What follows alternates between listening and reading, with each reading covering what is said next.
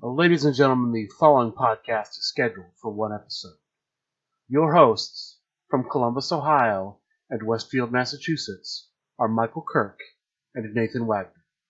Welcome to the Outlaw Mudcast. Hello and welcome to the Outlaw Mudcast, your digital audio dirt sheet for all things Supershow. Good afternoon, Nate. Good afternoon, Michael. Good afternoon to our listeners. Hope you guys are all amazing today on this hot and humid day out there. It's a scorcher. Stay inside in that AC. Yep, it is a hot day for sure. And But it's a great day, though, to be inside playing Supershow because it is Takeover weekend. That's right. It is Takeover weekend. A lot of the results have come in. There are still results coming in as we speak. Your tournament's finishing up. Let me just give a rundown of the results that I have so far. It's actually not a bad thing that we're recording later in the day today because now we've got more results to cover. Yeah, unfortunately, I've only seen results from two of the stores that were playing today. So let me run through these, and we'll go from there. So we had two matches on Friday at East End Gaming, which is in I believe in New York, and Atomic Trading, which is in Las Vegas. East End Gaming, they played the Liger's Den stipulation. They're the only group that played the new Liger's Den. That is a fantastic stipulation, by the way. I really like that. Cards in the discard pile have blank text, and that's pretty neat, you know. It is pretty neat, especially with all the spotlight cards that. Exactly. Yeah, and helps negate that. And of course, the winner of that was the boss himself, Steve Rest, playing as the boss. That boss also tearing it up. He also had an 11th successful defense. Yep, I was just getting ready to bring that up. So that's his 11th successful defense. I believe that was part of that was the Island of Life wrestling group that was playing. Yes, run by Ian Chambers, the Cheetah. Yep, the Cheetah. And then the other one was Atomic Trading. They were playing Psycho Rules, and Mark Perry won that one using the Salty Sailor. Now, I've been getting these confused lately. Psycho Rules, is that the old stipulation, or is that the Psycho Circus, the new one? Psycho Rules is the old one. Psycho Circus is the new one. Okay. It's just weird because, I think Psycho Circus became famous because of because of the Kiss album. Is that what it was? I think so. I know they had an album called Psycho Circus. It's kind of where I'm familiar with that term. I'm pretty sure that when I first started playing, the first time I ever saw Psycho Circus the ring mat was listed on the website as Psycho Circus. I do remember them talking about it being a Psycho Circus special, but I believe the original stipulation is Psycho. It's not Psycho. It's not Psycho Circus. We can. Well, the ring mat itself looks like a circus of sorts. Yeah, no, it's definitely good. Well, because it's a circus themed. The Freak Show D1, D2, D3 are definitely like circus themed. And Henrietta, yeah, are definitely circus like sideshow themed. But I think the first one was called Psycho Rules, and the new one is Psycho Circus. We'll get into that a little bit later on the show. Yeah, I will say Mark Perry, who's a loyal listener to the show, also wanted to point out that in addition to winning the Psycho Rules, the main event, he also won. They had a bird cage. I believe it was a keep what you draft bird cage. Yeah, or the keeper draft. Yep. Yeah, keeper draft, and they ended up winning with Colt Cabana. Yeah, he was pretty hyped about that Colt Cabana. Yeah, well, because apparently not only did he win, he scored every fall. that's Boom Boom Colt Cabana. That's right. He won. He eliminated everybody. That was the last man standing. Oh, off topic of Super Show, but pertaining to wrestling. Speaking of Colt Cabana, All Out is coming up next month on the 31st of August, and it's going to be in Chicago at the Sears Center. And StarCast 3 confirmed for it is CM Punk apparently will be at StarCast 3. Yeah. confirmed. And how weird is that going to be with Colt Cabana and CM Punk in the same place at the same time after they're falling out? It's going to be awkward. It could be, but maybe this is the beginning. Maybe this is the healing begins. Burying the hatchet. At Starcast 3, yeah. Yeah. I wonder if Super Show will be there at the Starcast. I don't know. They haven't announced anything. They did also announce they are going to Dragon Con. And I feel like Dragon Con is very close to that. It might even be the same weekend. I don't know. I have to look at it. But I think it's very close to that. So I would kind of tend to say no. Yeah. If they're going to Dragon Con. I also don't know if their situation ever got resolved with Oh yeah, we had talked about that a couple weeks ago. Yeah, we talked about that a couple weeks ago. They haven't given any update on that yet, so I really don't. I think they're poo-pooing it. Yeah, I think they're kind of water under the bridge, as it is what it is at this point. So back to the Super Show. So back to the Super Show. So let me go through the list of all the results from yesterday. So Highlander Games, Ring of Fire match. The winner of that was John Polverino playing as the Joker Fish. Lethal combination. Like, just silly. The amount of cards that get flipped with Joker Fish for the gimmick, and then once you put the Spanish Strike in play, it's just silly. Apparently, John told me that he lit every single opponent on fire. Well, I mean, that makes sense, because, I mean, look, every time he rolls the die, he has a 50% chance of making the opponent flip a card. And then they flip an extra one because of the step. Yeah. So I believe and remind me and correct me if I'm wrong, the stipulation makes you flip a second one too? Whenever, hold on, let me pull up. I have it saved. One second. So the thing I was getting ready to bring up was that Jokerfish has a strike finish. And the strike finish essentially says if the strike finish is stopped, you can put it into play. And when it's in play, every time the Joker would basically, the Jokerfish's gimmick triggers, you flip an additional card. Yeah, it just gives you an additional one to your gimmick. So your gimmick flips 2 instead of 1. No, I was wrong. Whenever any number of cards are moved from a player's discard pile to another location, they flip a card. Yeah. But Jokerfish's gimmick itself, you can bury a card. You may bury one card in your opponent's discard pile, so you can have them flip an additional card as well. Yeah. I mean, it doesn't mean it just kind of... I mean, they're still flipping 2. Yeah, they're still flipping 2. You're making them bury. Because it's your choice what to bury. You can basically give them something that they wouldn't necessarily want to get back. Right, like a punch or a chokehold or something silly. Yeah. Knee lift that they may not need late game. So exactly. So if they're trying to bury something to be able to get it back, that's not good for them. All right, so Comic Book World. They did play the new Psycho Circus stipulation. Okay. Yeah, and Cole Johnston won that using Fox Assassin.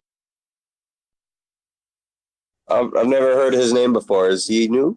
Have you ever heard about Brian Johnston? The name actually does sound familiar, yes. That's his son. Oh, okay. Yeah. I'm actually going to be rooming with them at GenCon.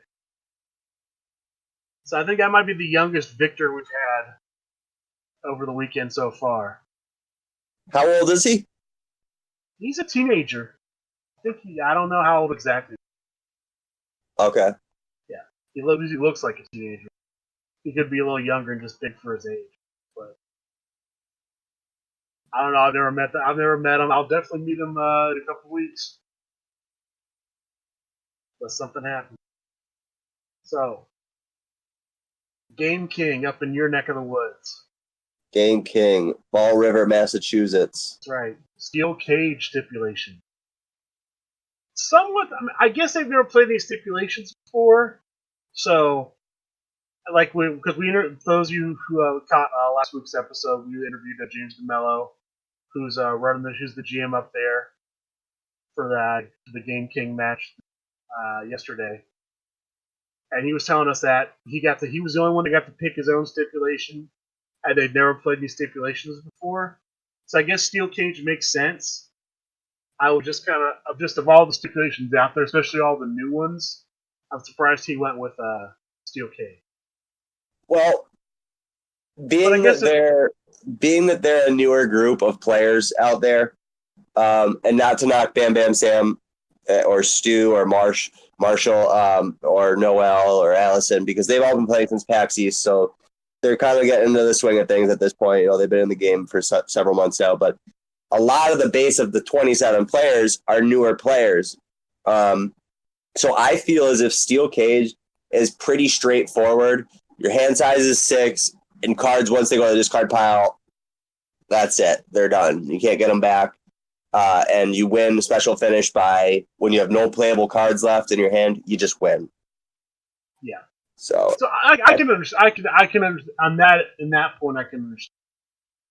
And so God forbid he picked TLC. Imagine the chaos that would have been happening. You know. Oh yeah, TLC. That TLC would have been wild. I feel like TLC matches take a long time too. A Dark can. For sure. All right, so that was Derek Correa won that event. He was playing El Super Hombre. The owner of Game King. The owner of Game King. One in his own store. Shades of Matthew Smith. Page out of the old Matt Smith book. The Professor's book. So, that's the result I have from yesterday. At Fun for All Comics and Games, they did the Ring of Fire match, and Brian Vanderweel won. Some of you may know Brian Vanderweel as Fake Sean Loeb from the Dangerous Alliance. Love it. He played Fox Assassin, so second Fox Assassin wins this weekend. Fox Assassin on the rise. All right, the next one, Ground Zero Comics, which is this is the Cleveland area. So I'm not sure why they weren't at recess games. There might have been something going on that weekend, but they were at Ground Zero, which is I've been to that store before for a different game. It's actually it's actually on the way to recess. You drive by on the interstate. You drive by this city because it's in a different city than a recess game. But it's a nice store. But they played Steel Chain. Nice. Yeah, I love that tip too. When we were talking about it, I was really impressed with that. Yeah, I was. Now all the Matt Nealon promos make sense to me. All his Chain promos. Oh, that does. The light bulb literally just went off in my head. They were doing Steel Chain. I obviously I reported on it last week, but it just didn't click till I was looking at it later. But anyway, James Booker ends up winning the Steel Chain stipulation using the original Vic the Brick. That's cool. And then the last match from yesterday. Booker. Last match from yesterday was at it's the Russellville, Kentucky guys. They were at the American Veterans Post 64. That's where they were playing.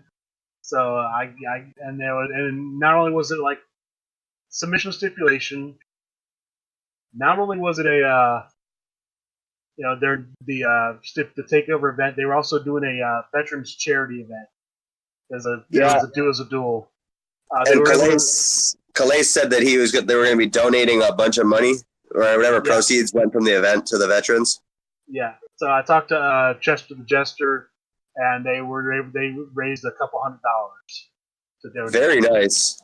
So the winner of that event was King Greatness, playing as King Greatness. Second event he's won this year. Yeah, and it's also second event as himself. Well, I got to give him credit. He's got a very strong build for that deck. I've lost at the both times that I've played King Greatness. I've lost to him. I played him once in a ladder match, which we did online. We streamed it, I lost a very close ladder match against him. And then, of course, that ladder match was made by the KSW folks. And then at the Grand Gathering in a captain's match, I lost a very close game to him. And ironically, it was the same way that the first match ended. Same finish setup, too. So the only match that we have results so far today is Titan Games had a Psycho Rules match. It was Matt Nealon taking on Tim Riley. Matt Nealon, who after all those Steel Chain promos, did not win the Steel Chain Takeover event, but took a second bite of the apple, Psycho Rules, and he wins. He wins using Belinda. Belinda was one of the competitors when we covered her. I really liked her because of that gimmick. I think that when you the stopping of a lead and you get a +2, that's huge because anytime you can get momentum to your turn roll and try to get a little extra edge to keep your momentum going, that's just awesome. And I believe as we were starting to record, there was also, it looks like there was an announcement coming out of AU Holmes. We did not get that because, again, we were recording, but it looks like John Polveria may have gotten a second GM's favor in the steel cage. Using Immortal Warrior. Oh, was he using Immortal Warrior? So that's confirmed. You definitely saw that he was using Immortal Warrior in one cage. He told me yesterday that he was going to be using Immortal Warrior for the event today. Okay, so yeah, if he won using the Immortal Warrior. So congrats to him. There's still quite a few out there that I'm waiting to hear about. A lot of the stores I've never heard before. Got Game, Epic Adventure, Cardinal, Gamers Paradise. So it'll be interesting to see the results of those coming in probably either later tonight or tomorrow. And we go back and mention because we talked about the Russellville, Kentucky event. King Greatness, Jeff the Jester. There's also another big piece of news involving the Three Kings and KSW. Yep. From Friday night. And those who did not see it, after a lot of discussion, teasing, the SRG boss Steve Rest, plead. I don't know. Begging seems too negative. Making his case to be crowned the champion for the vacated LFF World Heavyweight Championship. The championship is given to Austin Pogue, Kingpin. Well deserved. For what it's worth, I mean, how much does being a champion at a local store and defending your local title a certain amount of times, how much does that actually worth? How much is that actually worth on your resume? As far as being qualified to get a title shot at an LFF actual title, because who's to say your play group is the greatest? I mean, yeah, they have a lot of talented players in New York, but what if you live in an area in North Dakota that you got 15 players and none of them are really that great, and you defend your title 56 times? I don't know. Some people might want to start bringing up a little bit of the New York bias that we hear people discussing every now and then. I honestly just don't believe, just based on defending the New York tri-state, because I mean, where I live, there's a different tri-state area, but I don't believe that just because you defend the title 11 times means you deserve a shot at deserve the title. Think that the way that Austin Pogue had to go about it, he won a GenCon, then he won a Tournament of Champions. Going that route is a little bit more deserving. He took and by all means, I'm not taking a shot at the boss. I'm really not. I think that got to jump through a couple of hoops. Yeah. No, I understand your point, but yeah, I'm happy that Austin Pogue is the current champion. To me, the only other thing I would have accepted is that if they would have decided because they want somebody to win a match for it, they take the two current number one contenders, which would have been him and then Chester the Jester, Philip Armistead, and had them fight. Who do you think would have won, Matt Riddle or Amazing Red? Without really analyzing it too deeply, I'm just going off my gut. Amazing Red. I believe so too, because while I think Matt Riddle's gimmick says when you hit a strike, they have to, or no, when you roll a strike, they draw a card and then randomly discard one? Or is it when you hit a strike? I would have to look it up. I'm not that familiar. Look in my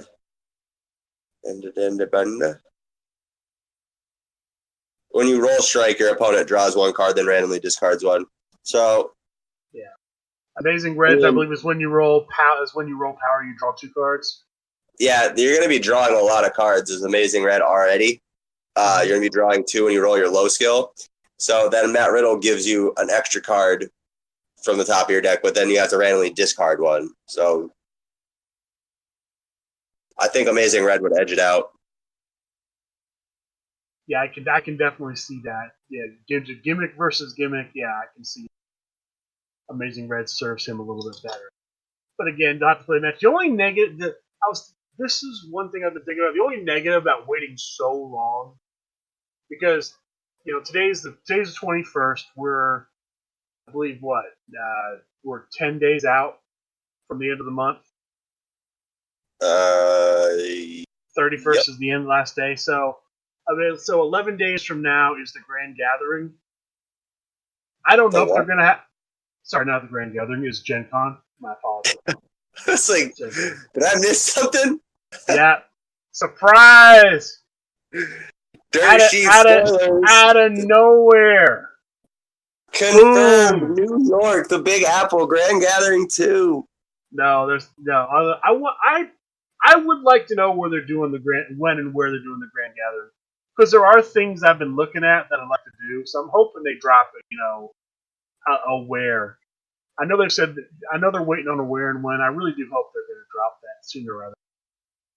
Because if they do it, like say they let us know next month, booking a trip. Say they let us know end of August and it's going to be same time as it was last year in May. Mm-hmm. Booking a trip would be vastly cheaper. You know what I mean? Oh yeah, it'd be a lot cheaper, and especially depending on where they do it. Because, like you said, New York's expensive. Exactly. Yeah. If you book for May and September. Yeah, I mean, I'm curious about where they would want. I don't know if they'd want to come back to Ohio. If they'd want to go. I've seen a lot of people lobbying for Detroit. I don't know how great Detroit is going to be. I mean, it probably should be cheap. I mean, why don't they just throw a dart at the middle of the country? Wouldn't that make sense? Everybody has to go to the middle. Well, I mean, I still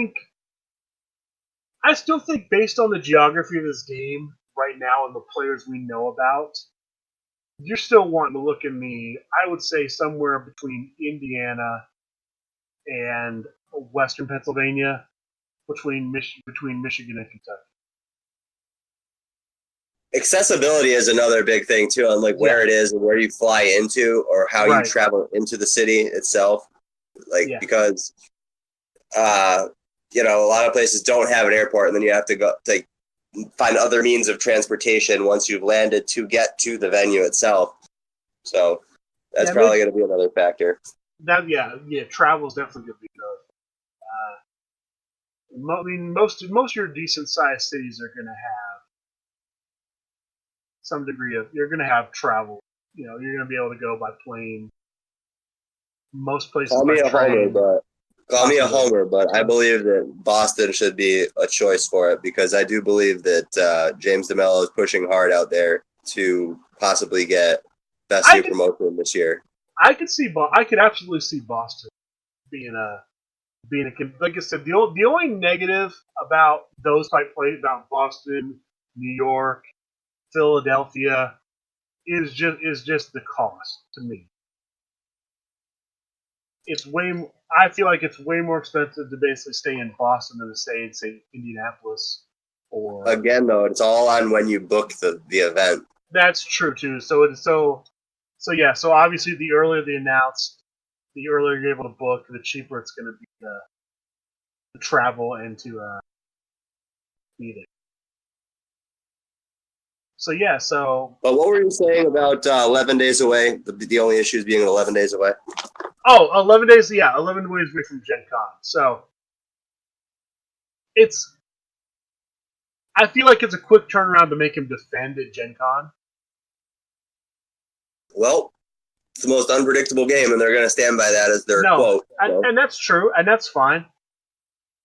We couldn't get two defenses because they could make him face face Chester before he goes and face Leo there. Well, I said it before. I'm not a fan of having a million contenders. I like how real wrestling does it. You know, you got one number one contender. Sometimes there's a triple threat match. But now, to be fair, we have two contenders. Okay, well then put him in a triple threat match. No, I'm okay. I'm okay with them going one contender and then one after, and we know what the next match is. Because what's the next thing we're gonna do to name a contender? Probably what? PAX Unpound, PAX Unplugged.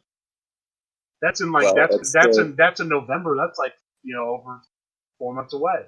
I mean, maybe Dragon Con. I don't know what their plans are. Dragon Con. Well, I was going to say probably the winner of GenCon, whoever wins the GenCon. That's true. Oh, yeah, you're right. That's true. But presumably we'll also have a defense at GenCon, so we'll just net out. We'll lose a contender and gain a contender at the same time. You still got to factor in Leo. You know, he's also a contender. And then Steve was talking about ArmorCon in October in Massachusetts, which is in Framingham. It's another convention that's possibly on the map. I don't know that I would give anybody a title for winning. What's it called? ArmorCon? I mean, you never know. Spell that again. Is it ArmorCon? Yeah. Like knights wear full plate armor? I think it's ARMOUR. Okay. Like the hot dog? Yeah, I wasn't aware that there was an armor hot dog. I believe there's an armor hot dog. Yeah, it's ARMOUR. Okay. ArmorCon. All right. I thought you were saying ArborCon. I'm like, why is there a tree convention? Who wants to go to that? It's ArmorCon is going to be at the Sheridan Hotel and Conference Center in Framingham, Mass. On Friday, October 11th through Sunday, October 13th. Okay. Now it's a really nice hotel. No, I think that's like a. I think that's like PAX East. That's a t-shirt. That's a t-shirt con right there. The ArmorCon is a tabletop gaming convention. No. Where when you win the tournament, you get a t-shirt. Yeah, you're probably gonna win a t-shirt. Yeah. Like you did, like at PAX East. No, I don't think it'll be that small this time because if they're drawing 27 to 30 players at local in Mass, I could see this being a bigger event. That's true. I think the question is going to be maybe it's a maybe. It's a maybe. I think Dragon Con is almost a yes, just because of the size. The only thing is just I don't know how many established players are going to go, because it's so close to Gen Con. It's quite far away. So that's why my argument is this ArmorCon convention could be bigger than Dragon Con because it's further away than Gen Con. So it gives people an opportunity, especially the Massachusetts players, because of how many there are now. By October, I'm sure there'll be a few more. And it's really not a far drive from where they are to Framingham. It's probably like an hour and a half. That's probably about an hour and a half from me. It's kind of like in the middle. Okay. No, this and actually I've done some research. This is actually a pretty big convention. All right. Well, maybe we'll see. We'll have to see what the title picture is going to look like. Right now, there are 2 people in line for a championship shot. We'll just have to see how it shakes out. I imagine there's going to be at least one championship match at Gen Con. Could it be a triple threat? I have no idea. Unpredictable, baby. It's unpredictable. I would feel bad if everything King Pink had to go through, he's got to face a triple threat for his first defense. Just I give him. wouldn't. I mean, look.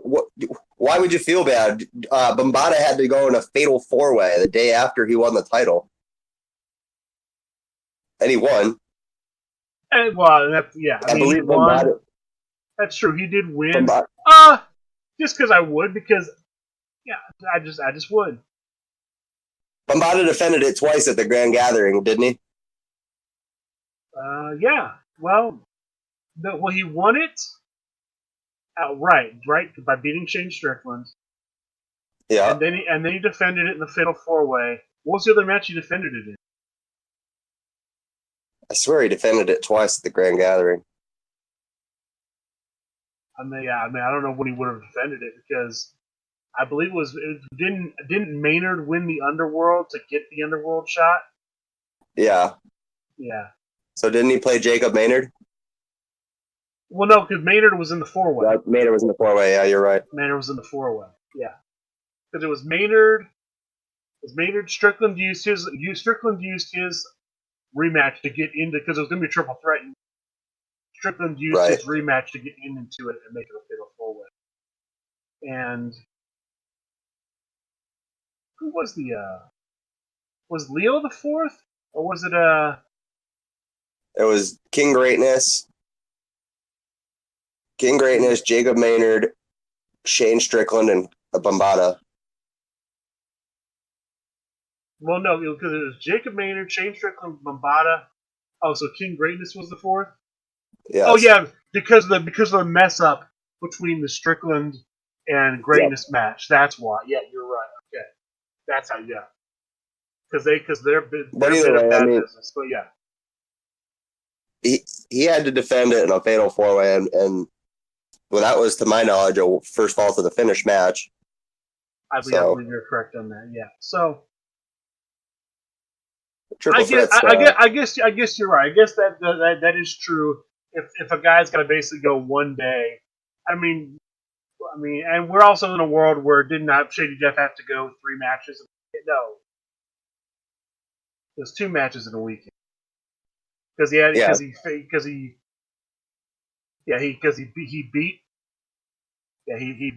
Sammy Callahan, then he lost the triple.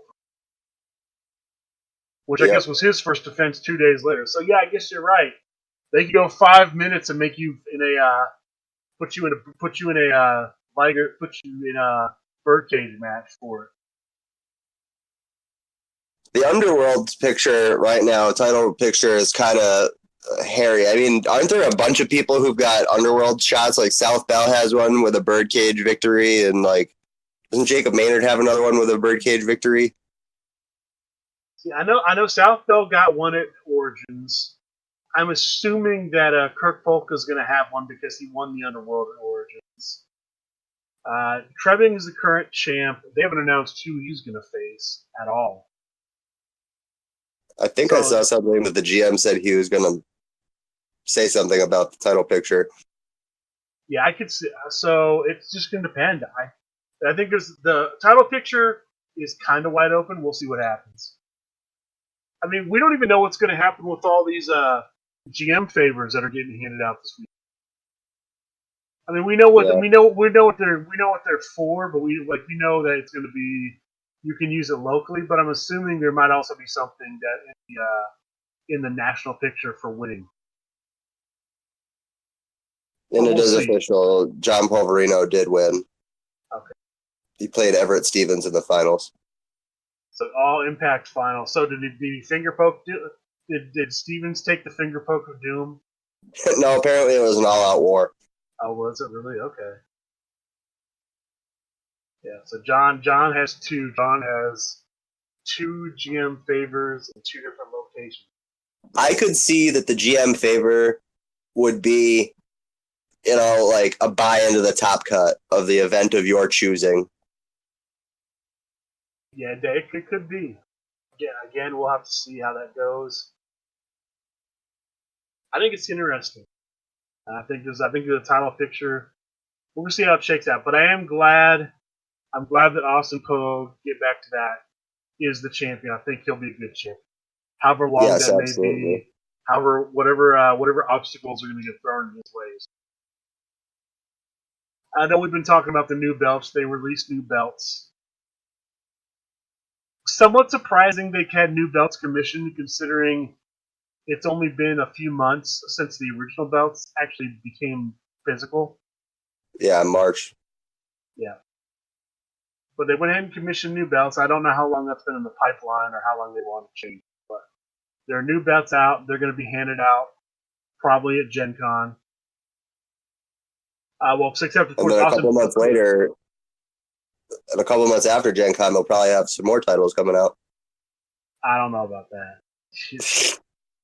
Be a little pitch comedy. Although they have handed out one because they presented Austin Poe with his, which of all the championships of all the belts they made, I like that one the least. I think that's I just don't like it. I like the other one was better. I know. I don't know. It just feels like it's just a flat plate with black lettering. That's why I like it. I just think it's very simple. Like the other one was simple, and I feel like all the first belts that they had commissioned, I think that they were just simplistic. I liked them. These ones seem a little bit more over the top, kind of like cartoony. And I mean, I get it. It matches the artwork spot on. But I do like this new world title. I think that's just where you and I disagree. I think it's just blah. I think the old title is better than this. Yeah, I'm not a. But maybe if there was more, maybe it was more 3-dimensional, I might like it more. But it just looks like I'm just not a fan. But I think that's going to be it for title talk. Yeah. Yeah. So the other big thing that they announced, because they showed off the titles on Talk to the Universe, they also previewed the brand new faction pack that's coming out at Gen Con. A Freak Show faction pack. So with new art on the D123. Oh, there's new art all over the faction pack because they a lot of the apparently in at least a couple issues of the comic book they're planning on putting out, there's quite a bit involving the Freak Show, and so a lot of this art is from the comic book. A lot of this art's going to be from your favorite artist, Alina. There's a lot of Alina Kolchnik. Yep. A lot of that coming out. So I'll go. There's some. It looks like pretty much, with a couple exceptions, it's either going to be a new release or there's some alt. So I'm just going to go through the 1 through 27 and talk about it. We'll talk about the new ones, and we'll just briefly mention the ones that are alternates. All right. So first three are Overshot, Overpowered, and Holdover. All right. Now the little lettering next to it, NR means new release, right? I believe that's what. It's kind of weird because on some of these they put new release. On some of these they put just the word new. Yeah, like. And then some of these they put art. So alt. Right. Like, for example, the one that you say new, Taunting Kick in the 8 slot isn't Taunting, or I'm sorry, Taunting Kick in the 7. Taunting Kick is already a card, right?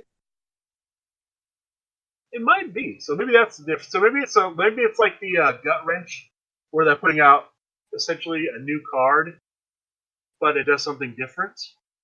Well, I know for a fact Taunting Takedown in the 8 slot is a card, already a card. So let's take a look at what. See if I can pull up the originals and we'll compare them. But let's start with the first three. So the first three are very similar to Wind Up, Head Grab, and Go Behind. Okay, so you get the draw card. But a little bit different in the wording. So on those, I'm just going to read off Wind Up here. The other two are the same, but just different skills. Wind Up says when you roll strike for your turn roll, draw one card. If your next turn roll is strike, draw one card. And then the Grapple says grapple, and the Submission says submission. Alright, so in this one, it's when your opponent rolls. I will do the strike first. When your opponent rolls agility for their turn roll, draw one card. If your opponent's next turn rolls agility, draw one card. So it works on your opponent's roll and not your own. But it's only if your opponent's next roll is that you'll get the bonus card. Well, no. Whenever your opponent, it's two parts. The first part is when your opponent rolls agility for their turn roll, draw one card. That is as long as that card's in play. Whenever your opponent rolls agility, be able to draw. There's also a second effect, which is if your opponent's next turn roll is agility, as in from the moment when you play that card, if they happen to roll agility on the next, basically for the next turn roll, then you'll be able to draw an additional just that one time. Yeah. Okay, I thought you said whenever you roll agility, draw a card, and if your opponent's next turn roll is agility. I misheard you. Okay. It's whenever your opponent rolls agility for their turn roll. So if you play that and then your opponent rolls agility for the next turn roll, you get a draw 2. I hope that the number 2 is the power version because it says overpowered. It is. Well, that would be a perfect counter for Ariel Lipstick. Absolutely. And then the third one is technique. Nice. Holdover is the technique version. Cool. So 4, 5, 6 are just alt-art versions of cards we had before. Swift Kick, drop out of the ring, and grab hold. I'm sorry, they're not even alt-arts. They're just those cards, which I want to say came out in the previous faction pack.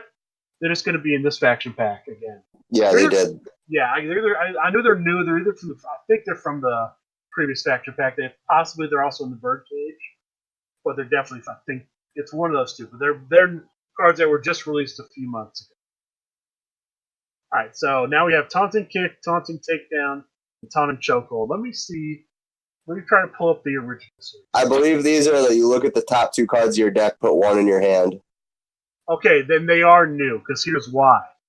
They now say reveal the top 3 cards of your deck, put one in your hand, and bury the others. And actually, they're a little different. The Taunting Kick says that. The Taunting Takedown is reveal the top 3, add one to your hand, and shuffle the others back into your deck. And the third one is reveal the top 3 of your cards of your deck, put one in your hand, and flip the others. What? One more time. What is it, sir? Okay, so which one? Where do you want me to go? Where do you want me to start? Taunting Takedown. Takedown. So this is the lead grapple number 8. Reveal the top 3 cards of your deck, add one to your hand, and shuffle the others back into your deck. Does this number 7 do the same? Number 7 says reveal the top 3 cards of your deck, put one in your hand, and bury the others. All right. And what's number 9 do? All right, reveal the top 3 cards of your deck, put one in your hand, flip the others. I wouldn't play all 3. I really like the takedown one better because you're shuffling the other ones back in, and that would work well with the Hurricane. I mean, I would play the Taunting Kick one where it buries. I'd play that with Cyclone. So they all have text depending on who you're playing them with, but all in all, I like those. I was mistaken. The Taunting Takedown isn't there. I think it's called Diving Takedown. Okay.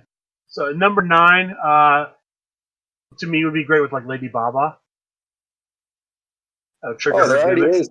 Excuse me, sorry to interrupt you. There already is a Taunting Chokehold in the game. Okay. It's a lead submission in the number 9 slot. It says reveal the top 2 cards of your deck, put one in your hand, and then flip the other. So it must just be that these are 3 instead of 2. What is the number 8 one that I'm thinking of? Do not know. I will tell you in a second. It is Taunting Takedown. Okay. It's called Taunting Takedown. Reveal the top 2 cards of your deck, add one to your hand, and shuffle the other back into your deck. So it must be that these are basically, they've just updated them and changed it from 2 to 3. Yes. So that's the difference between new and new release. It's already been released. They've just changed the text.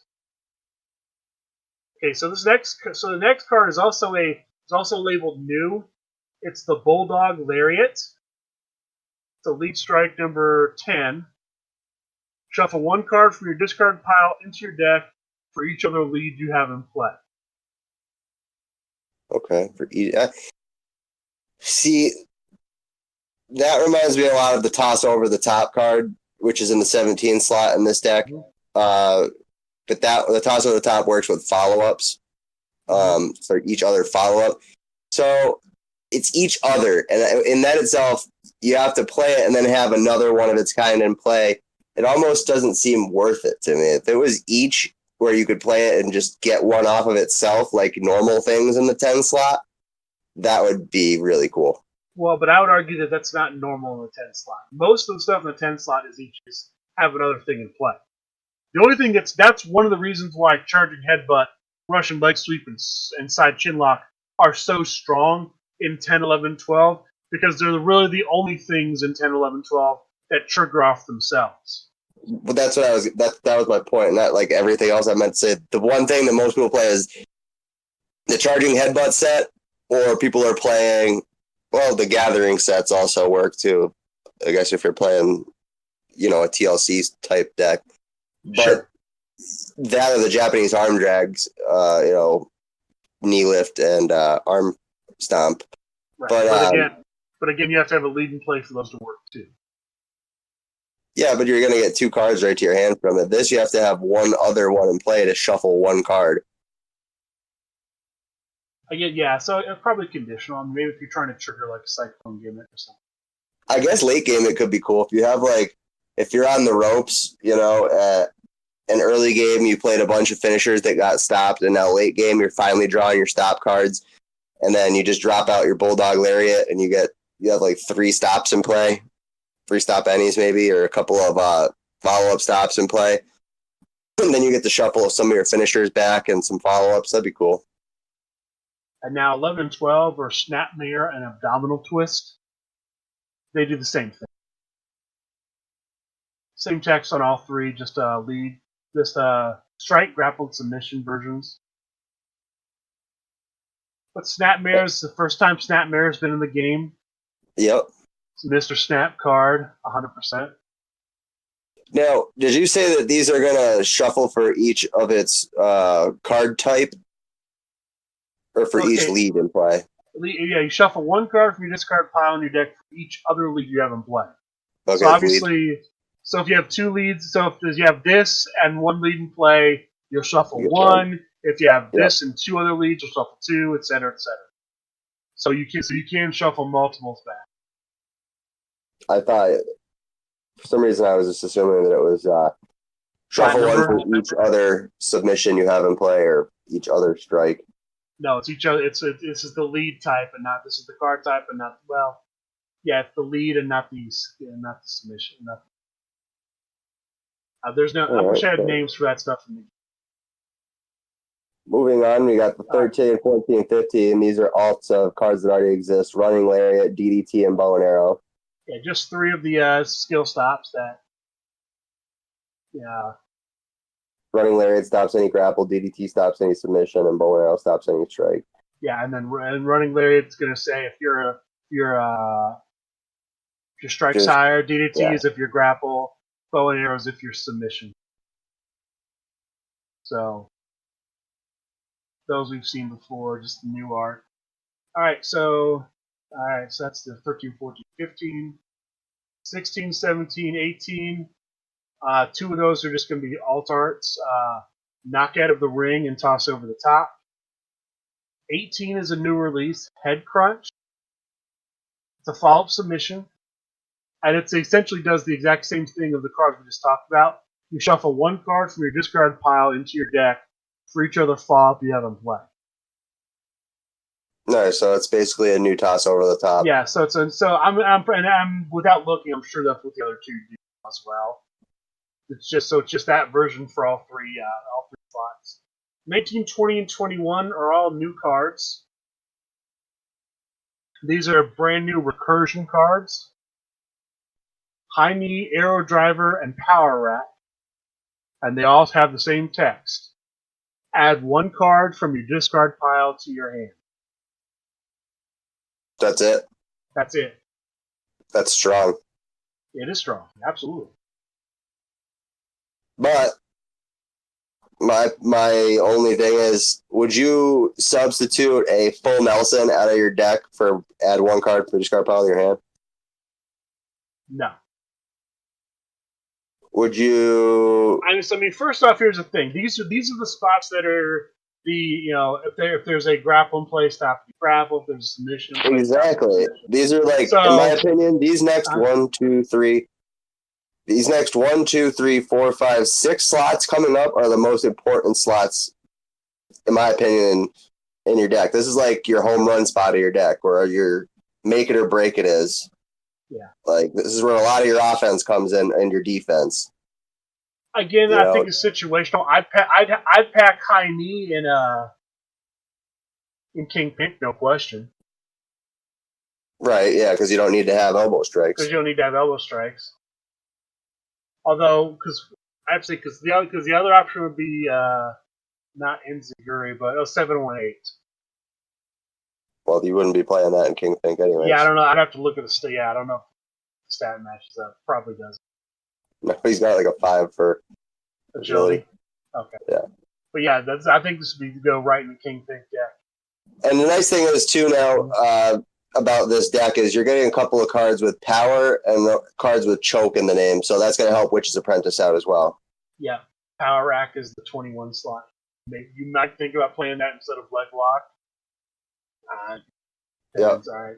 22 through 24 are the Splash in the Corner, Flying Cutter, Nerve Hold. I know those are cards you really like. We were talking about Splash in the Corner earlier. Those are the take 2 from your discard pile and shuffle them in your deck, and then draw 2 cards. Those cards have been around quite a while. Yeah. 25, 26, and 27 are new stops. Double Axe Handle, Double Slam, and Double Body Bend. These cards are specifically designed for printed tag teams and printed trios.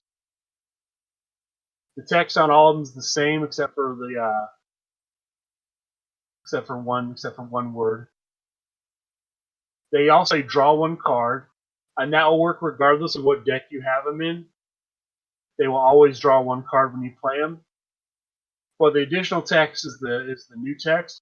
If you are a tag team or a trio, stop any grapple for the strike, submission for the grapple, and of course strike for the submission. Now the words tag team and trio are dark. They can't put them black because it's a black background, black on black show. So it's a distinctive gray. But what that's referring to is this: it has to be the stop only works if you're playing a card that is a tag team or trio card, as in actually has the words tag team or trio printed on the card. So the number 25 will stop any grapple no matter what? No, it will draw a card no matter what. It'll only stop a grapple if you're a tag team or a trio. Okay. Yeah. So it's only worth putting in your deck if you're playing with the Young Bucks? It's only worth playing with Young Bucks, Tiki Twins. Actually, let you draw 2 cards of your Tiki Twins. Same with Double Slam. If you're playing El Super Sons, Newman's Henchmen, any tag team card or trio card, right? If you're playing Freak Show, which is a Freak Show deck, it'll work for that. So it's a great card. It's a good card if you're playing one of those cards. Otherwise, you wouldn't play it because why would you put this in a single competitor deck to draw a card? Give up a stop any to draw a card makes no sense. I challenge any of our listeners out there to find a deck that this would be good in singles. Yeah, I don't think you're no takers. You're gonna get no takers. Also, noted this is going to come with a blank spectacle card. I'm wondering if there's going to be a new spectacle released with this. I'm sure there is. Yeah, would you like to know what it does? Oh, I didn't realize they spoiled it. They spoiled everything. So, I'm getting ready to go into those right now. So, throws cornbread from the crowd is the new spectacle. Yes. Yeah, cornbread from the crowd is the new one. It's once a match. When your opponent has at least 2 more cards in their hand than you, bury 3 cards in your opponent's discard pile. Okay. That's pretty neat. Yeah, that's what that does. So yeah, that's the And what faction does that spectacle belong to? that is a Newman faction. Okay. Let's talk about there's also an entrance card. It's called Juggler's Paradise. Once per match, if you ended your turn without playing a card, look at the top 3 cards of your deck. Randomly add 1 to your hand, put 1 in your discard pile, and put the other on top of your deck. I would totally play that. That is an awesome entrance card. Yeah, that's the thing. You can thank Pat Mulligan for that. I know Pat Mulligan was, because I talked to Pat Mulligan about this at Origins. He was working on it back then. This isn't quite what we were discussing, but it's definitely that flavor. I know he was definitely trying to do like a juggler's idea. So this works out. I think this is very interesting.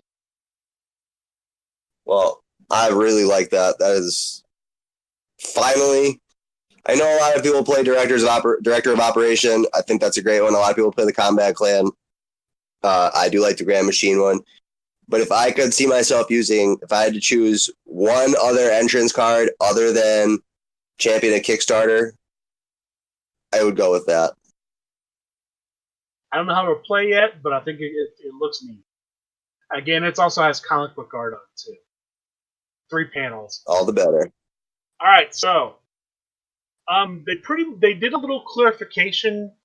They changed the wording a little bit on D3, D1, D2, D3, and Henrietta the Bearded Diva are all essentially same stats, same gimmicks. They changed the wording on D3 a little bit. Before you go into it, can I just ask you? Yeah. Did they change it to clarify it in the sense of tag team? I'd have to go back and read it, but they did actually make an announcement that from now on, the way it has been working in tag team, it will no longer work that way. Oh, good. Good thing we jumped through all those hoops at Origins, huh? Or at Gathering, rather. Yeah. So from now on, when D3 is on a tag team, you do not have to have 3 cards in play to play a finish against D3's tag partner. That only works against. I don't know how that ever became a logical thing, because it makes none of the original wording even makes it seem like it correlates to your partner as well. I don't know why it was ruled that way, but apparently after enough questioning from the community, they have changed that. That is no longer. Because, I mean, if you really think about it, if it works with him, why wouldn't it work with any other competitor's gimmick? Look, I didn't understand it. I just have to accept it. Yeah, I know. It's not the thing anymore. So we don't have to worry about that anymore. I'm going to personally thank the boss. I mean, if I had to dwell on how rulings messed me up, I'd still be thinking about how I got bounced from the first round of a tornado tag at Grand Gathering for a ruling that I should never have done. So what is for the Crowd Meter Zero? For the Crowd Meter Zero. For those of you who aren't familiar, Crowd Meter Zero kick out with your roll your highest skill only counts in singles. Any other match, if they roll higher, if you can't kick out through your roll, you just lose. Are you serious? Yeah. Yeah. Have we not talked about that on the show? Never talked about that with me. Okay, so this was something that came up at Origins, and I sat down with Steven and talked about it. Because I actually pulled out my rules document, the one that comes with the starter set, and we went through it. Apparently, Crowd Meter Zero, the only reason Crowd Meter Zero kick out, and again, let me just clarify this in case you're not familiar with this rule. So there's a rule in the rules that come in the starter set that basically when you're playing a game on Crowd Meter Zero, regardless of what the opponent's finish roll is, if you roll your highest skill, you will still break out. Right. Yeah. Okay. So apparently that rule only exists for demo purposes. So then, if it only exists for demo purposes, that means nothing about singles. Apparently the whole reason they built that into the rules is so that when you're demoing the game, you can't. When someone's learning the game for the first time, they can't lose. Like they can't automatically. Right. So if I play you right now and it's not a demo, I should just be able to beat you then on Crowd Meter Zero. But it's in the rules now. It's part of the rules. But apparently that was the motivation behind why they originally created it. But they never meant it for it to be in like either multiplayer matches or like tornado tag or trios. They never meant that rule to be in the. So apparently, this whole time we've been playing and using that and basically being able to kick out. No, if mathematically speaking, you can't kick out. You just lose. And this is more of the reason why people would pick up all these. Oh, well, what about so and so together? They have an insane combo. Well, yeah, what's their stat line? I got 3 17s. All right, well, you're just gonna lose. You don't have a 20 or a 30 or whatever, Yeah. That's why I tell people always make sure you have a 20 or a 30 when you're playing Tornado or when you're playing Trios, because as far as I knew, when it got to Crowd Meter 1, you lose if you can't. If I rolled a 30 and you don't have a 30, your highest is a 28, you lose. But now thank you for clarifying, because apparently Crowd Meter 0 that works. That's silly. So Crowd Meter 0, being able to kick out by rolling a highest skill at Crowd Meter 0 is only applicable to singles match. Anything else? Did they clarify that in the printed rule somewhere that is only applicable in singles, that you can kick out on Crowd Meter 0? No. And as far as I know, they have not updated it. Because the suggestion I made to Steve to fix it, you know how like when you look at the multiplayer matches that are on the website, it'll say like double team in effect, team up in effect, bump out rule in effect. My suggestion to fix it was just say Crowd Meter 0 not in effect. And add that on the multiplayer rules. As far as I know, I haven't looked at it in a while, but as far as I know, that hasn't been updated. But that's my suggestion is how to fix that. Just add that one line to all the multiplayer matches. Because it's actually listed in the rule document. It's called Crowd Meter 0 as like a special rule. So I just said just take Crowd Meter 0 and just say not in effect to reference the Crowd Meter 0 rule. But yeah, for GenCon coming up, Crowd Meter 0 rule only counts in singles matches. Anything else, if they can't kick out, they can't kick out. If the breakout roll can't match or exceed the finish roll, they can't. So they did update the Freak Shows gimmick. I didn't want to back to the new cards. They did update the Freak Shows gimmick. So let me give you the original and let me give you the new one. Okay? So the original is when you beat your opponent's turn roll by 10 or more, draw up to 3 cards. Your submissions with hold in the name have the added text, your opponent's next roll is -3. With what in the name? Hold.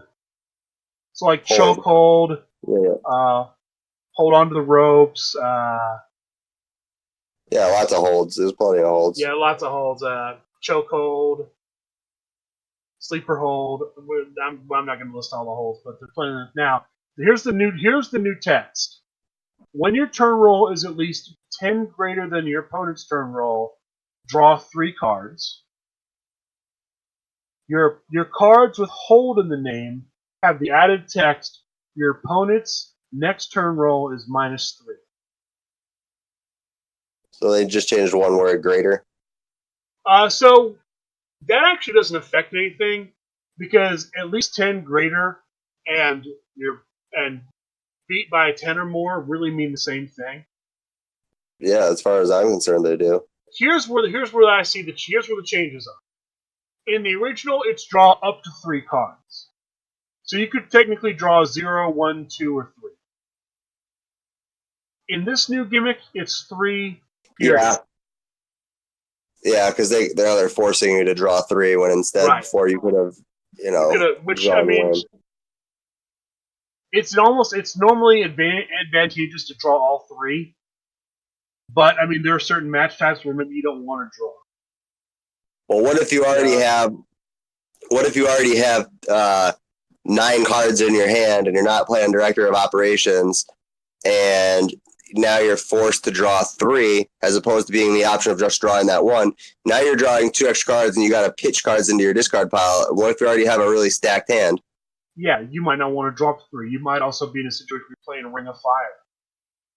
Exactly. And you don't want to draw 3. But that's the first change. There's 2 changes on the second sentence. The first one is the original says your submissions withhold the name. This one just says your cards withhold the name. So if you had grapples that have hold in the name, you're going to get the added text. I can't imagine there being any strikes with hold in the name, but I mean there could be. No, I don't think there is any. Yeah.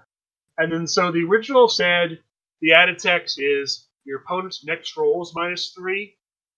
This one says your opponent's next turn roll is -3. So the first one would have counted for breakout rolls.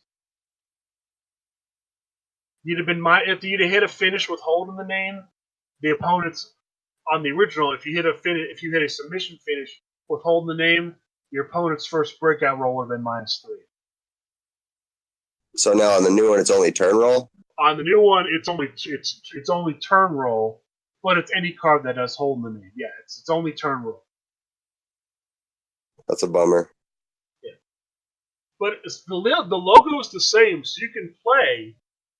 You can choose which version you want to use. Yeah, because all the finishes are good for both. The finishes really, what I saw, didn't change a lot. If any, yeah, please correct me if I'm wrong. They did change one. They did change the D2 finish, the submission finish, Sweet Nightmare. Which is what? Okay, so the one that's currently out, and this is actually different from the original D2 as well, but the one that's currently out is +4 to technique. But draw 1 card for each submission you have in play. Your opponent's next roll is -2. The new one says +2 to submission.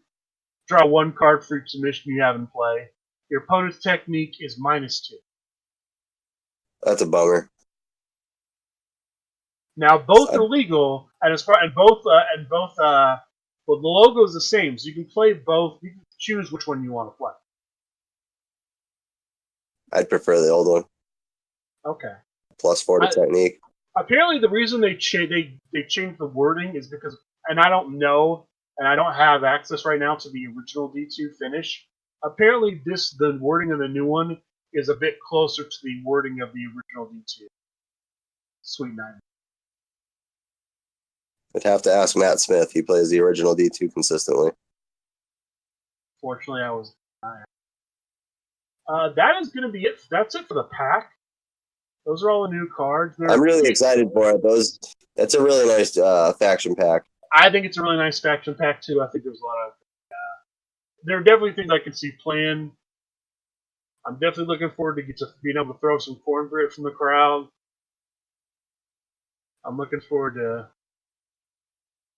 I feel like that's a Sammy. I feel like that's definitely a Sammy Callahan autograph. I don't know who else get to sign that. But feels like it's right up his alley. There are a few new cards. I don't know if we talked about them floating around. I think we talked about one of them, which was the new Gregory Patrick Scott, the True American guy. Reverend Thorne. Yeah, well, I saw the art, but I haven't seen the stats. I actually have the stats and gimmick for the True American guy here. If you want to go over that. Yeah. So power 10, technique 7, agility 6, strike 8, submission 9, grapple 5. And the gimmick is when you bump, your opponent discards 1 random card from their hand. Oh yeah, that is we did see that. We didn't talk about that. I remember talking to you about that though last week. Yeah, we didn't. We talked about it, but I don't think we actually like went over it. Okay, yeah, that's Gregory Patrick. I thought you were talking about Reverend Thorne's art. No, Okay, I got no, two no. characters. Yeah, okay. Actual true. I actually went and found it, pulled it up, so we could actually. Now, I have not seen the finishes anywhere, but that's the true American guy. Which I actually went and pulled out my other GPS, the Devil's Reject GPS, to see how similar the stats or the gimmick are. They're not the same. They both do at least kind of revolve around turn rolls,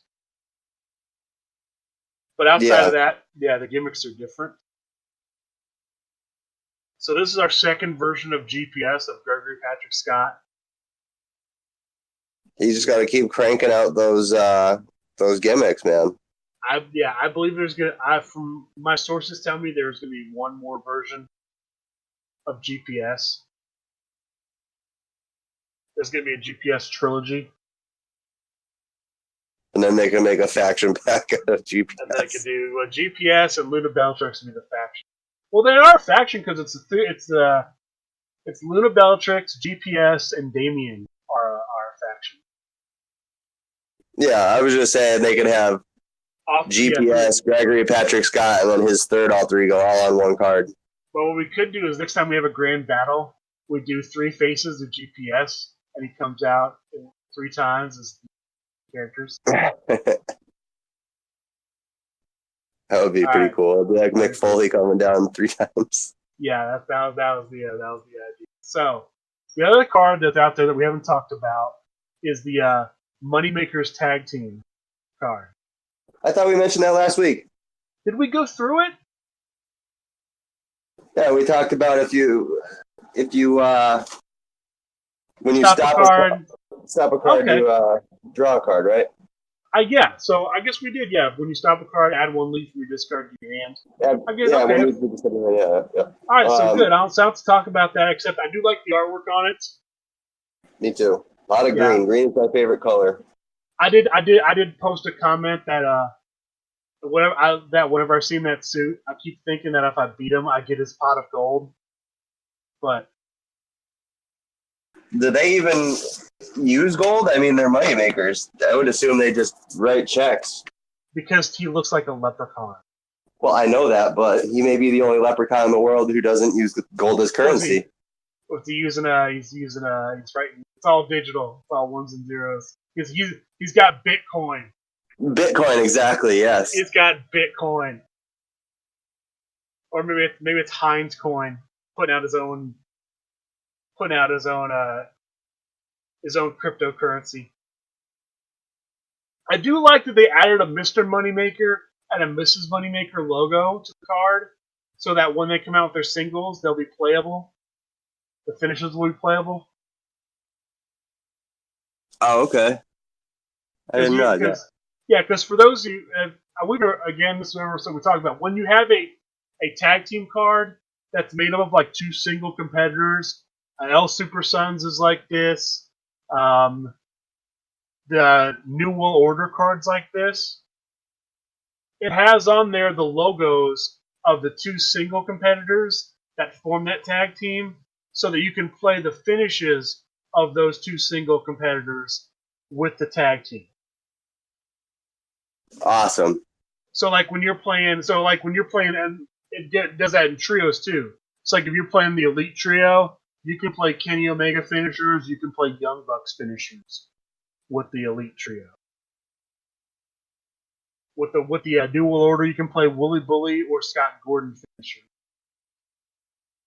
So Moneymakers, they've already went ahead and created a Mr. Moneymaker and a Mrs. Moneymaker logo. So eventually, when those cards come out, you'll be able to play those finishes with the Moneymaker tag. And finally, did you see it? There's a follow-up grapple I found. I don't know if we talked about the skill card called "That Doesn't Work for Me, Brother." I do vaguely remember that name from somewhere. What does that one do? Okay, so it's a follow-up grapple number 20. It's a skill card. +8. You need 8 or greater grapple to play. Yeah. It's a stop, right? Right, it's a stop. Yeah. If your opponent has another submission in play, stop any submission. And then the additional text is copy the text of a submission your opponent has in play until the end of the turn. I would love that card in Let Me At 'Em, let me tell you. Yeah, and you know who drew that card? Who? Your girl. Oh, she did. I didn't even notice that. Yeah, that is her art on the card. It's an Eddie Fury. I'm not sure who he's stopping, but he's stopping somebody. Somebody holding the championship belt. I love it. But yeah. And so that's all the new cards I have that for us to go. Well, yeah, no, that's not true. I got one new card for us to go over left, and that is the last new competitor, as far as I know, that has come out until the stuff that gets released at GenCon. Until Joey Janela pops up at GenCon as a surprise. That's true. But let's talk about it. Somebody whose brother we reviewed earlier, Justin Gullo, the backpack man. This is Kobe Gullo, a.k.a. Kobe the Kid. We had a little back and forth as to whether he had come out yet. He had not. He had previewed his, I believe he previewed his competitor card, but not the finishes. But those are now out in the world. And so we'll go ahead and go over them right now. All right? So, the finish. Talk about it. All right, the competitor. Kobe the Kid. Power 7, Technique 8, Agility 10, Strike 5, Submission 6, Grapple 9. Gimmick. When your opponent moves any number of cards from their discard pile to another location, you may draw one card. I like that. That's a strong gimmick. I feel like this might be an interesting card to play. I'm just got Ring of Fire on the brain. But this feels like it'd be an interesting card to play in the Ring of Fire. So when they move a card at any other location, you draw a card, right? Right. So move a card, discard to their hand, bury it, put it on top. Yeah, that's solid. There's so many times in a match where that scenario happens. Oh, absolutely, yeah. So yeah, I think that's strong. I think that's a strong gimmick. All right, let's go through the finisher. Strike. It's called Bum Breaker. +4 to strike, +2 to your lowest skill. So on Kobe, that's going to basically make his strike a 9, and it's going to make his his lowest skill, which is now submission, because his 5 went up to a 9. It's going to make his submission 8. So that's really good. You know what'd be interesting in this deck? To play a card that makes your submission go up 1. Oh, ankle lock. Yeah, 21. So because now you play that, you've got that card out, you play the finish, you've now got your 7 and your power and submission are tied at 7, so now they're going to go up to 9. Your strike's a 9, your technique's an 8, your grapple's a 9, your agility's a 10. Your lowest skill is an 8. Yeah, that's pretty nasty. Yeah. That's me doing a little deck take. Michael Kirk, you cheeky bastard. Right. One guy at one time. Man, I hope I don't beat that. Alright, next one. The Bum Buster. Finish grapple. +2 to power, +1 to grapple. Your opponent flips 4 cards, then bury 1 card in your opponent's discard. So that stat-wise, it's going to make your grapple go to a 10 and your power go to a 9. I like the bonuses, but I'm not again, I think we talked about this before the show. The thing I have really against this card is it's very situational, the effect on it. Yeah. Because you don't always want to let your opponent flip 4 cards. Yeah, it's just gonna be situational as to when you want to have them flip 4 cards and when. With all the stipulations in the brain, obviously, well, you wouldn't want to do this in a steel cage because it's just gonna make your opponent climb out of the cage easier. But I can see this I can see this being nice if your opponent puts something good on top of the deck. Yeah, if they go 7 seals, if they 7 seals, and then the next turn you You go ahead and play those. Or even Rib Breaker or something like that. The crossbow type cards where you search, put on top of the deck,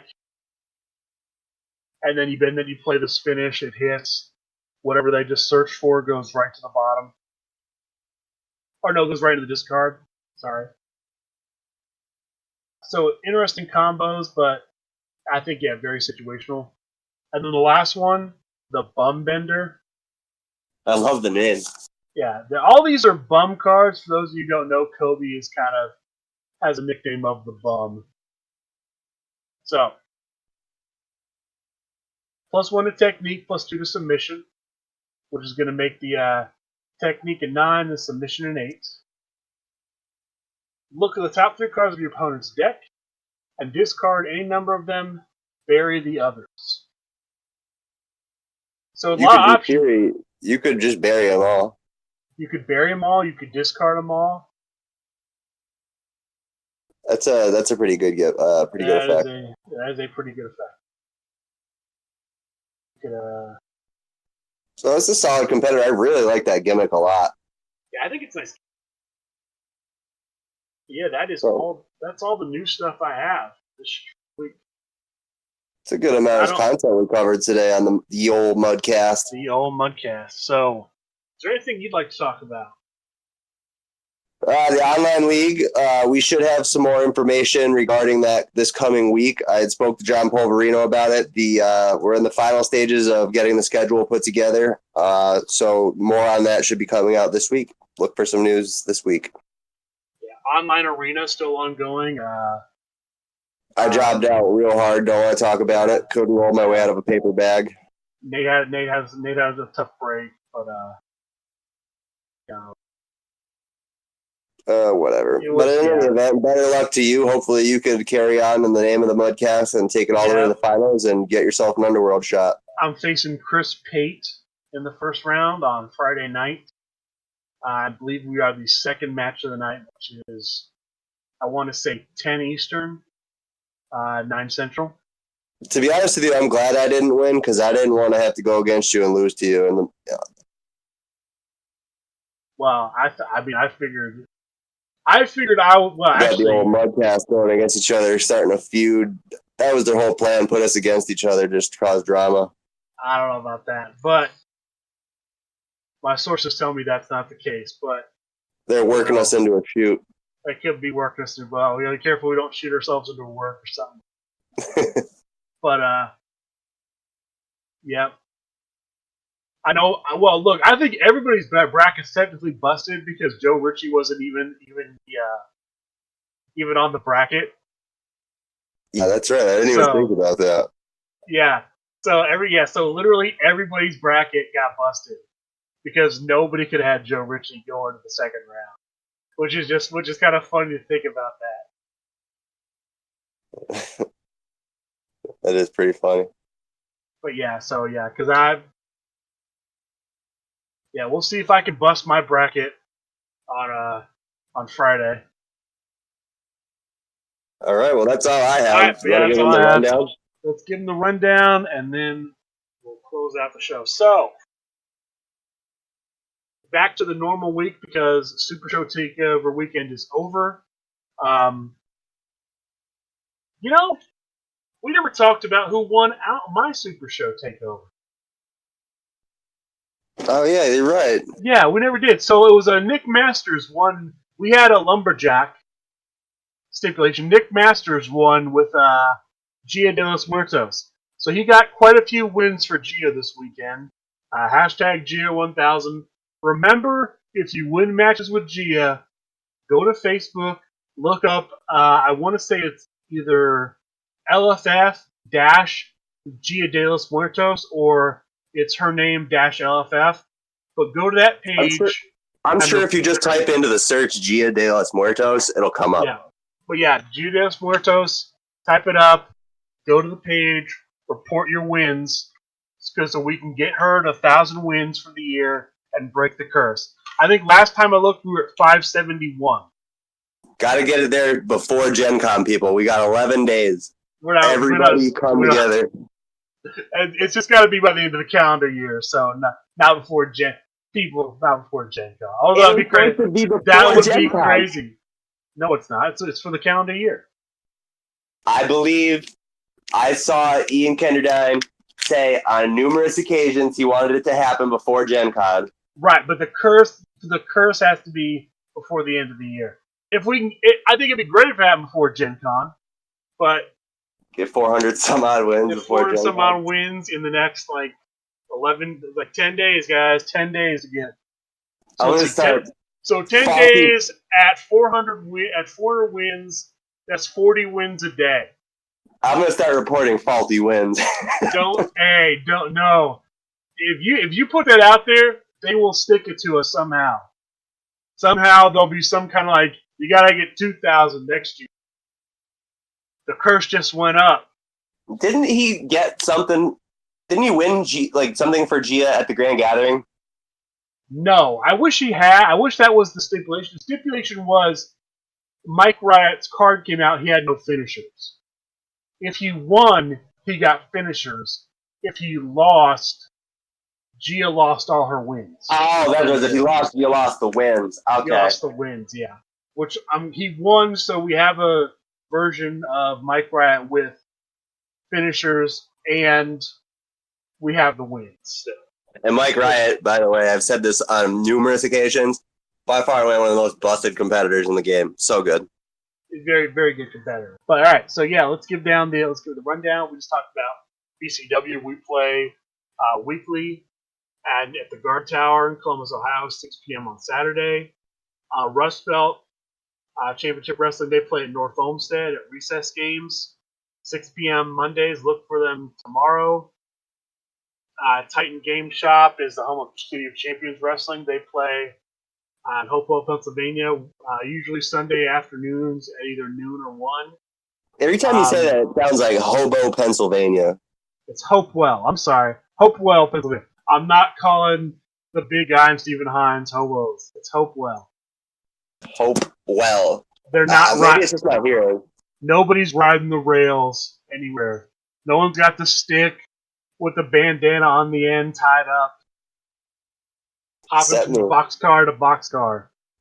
Maybe actually the bum does. That should be all art. We got to get it commissioned.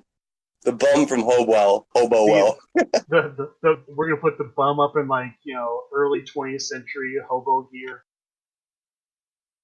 All right, so we have the new I believe it's the LFF Tri-State is what they've changed their name to from LFF New York. That's what they changed it to this week? No, I think they changed it a couple weeks ago to LFF Tri-State. Oh, okay. But yeah, so those guys. So it's the guys. It's Steve, John Polverino. It would have been Bombada, but he's gone now. He's up in upstate New York. Store of Fire and Dice. They're playing in Lynbrook, New York, on Thursdays and Fridays, 7 p.m. True American Heroes. They play at Frontline Games in Clarksville, Tennessee, Saturdays at 6 p.m. usually. Florida Cardboard Wrestling plays at House Rules Gaming in Kissimmee, Florida. Michigan Wrestling Alliance plays at Fun for All Comics and Games in Michigan. There's a group in Western Michigan that plays out of Destiny Games store. They play Wednesday nights, 6:30. There's a newer group in Kalamazoo, Michigan. They play Fanfare Comics. Second and fourth Sunday, usually of the month, usually from 12 to 2 p.m. Sin City Wrestling and Atomic Trading, Las Vegas, Nevada. They play Wednesday nights at 6 p.m. Wizards Card Championship Wrestling plays in Norman, Oklahoma at Wizards Asylum Comics and Games. They're usually playing Sunday afternoons. Check the store for times. There's a few different play groups in Massachusetts. You have Revolutionary Championship Wrestling over at New England Comics. You got Game King, but I think it's all Revolutionary Championship Wrestling amongst. I don't think they have different promotions for the other stores. Like Game King doesn't have their own promotion yet. Yeah, but it's New England Comics in New Bedford, Mass. Wednesdays 3 to 6 and Saturdays 11 to 4. tabletop games in Westport, Tuesdays from 3:30 to 6, and Game King in Fall River, Mass., the home of the Takeover this weekend. Usually Sunday nights, 5 to 9 p.m. Don't know about this week because, well, it won't matter because by the time this comes out, we'll be there. But usually Sundays, 5 to 9. Oh, I saw. I didn't get any. I don't have any date and time information. But apparently, a new group is starting out in Georgia. In Georgia, did you see this? Yes, I did. Yes. I think they're called what? Are they called the Southern Wrestling? Is it Supershow Wrestling Alliance of Georgia, or is it Southern Wrestling Alliance of Georgia? I think it's Southern Wrestling Alliance of Georgia. Yeah, I just know that the initials are SWAG. Yep. Yeah, so SWAG Wrestling is a new thing. We may see them at DragonCon, being from the state where DragonCon's going to be. So the home of wrestling, Georgia. That's right. Yep, home of Georgia Southern Wrestling for all those years. All right, so that's going to do it for our show. Nate, any final words? Thank you, everyone, for listening to us. Once again, you have been listening to the longest-running weekly Dirt Sheet episodic Super Show extravaganza. I hope you all have an excellent week of Super Show. Eat good, roll better, stay cool, and you know what I mean. Roll those dice, baby. I hope I can live up to that description. If you have any questions, comments, want to leave feedback, you can either send a direct message to Nate or I on Facebook. You can also email us. We're outlawmudcast@gmail.com, or send us a direct message on Twitter. We are @outlawmudcast. For Nathan Wagner, I'm Michael Kirk. Thank you, and good day.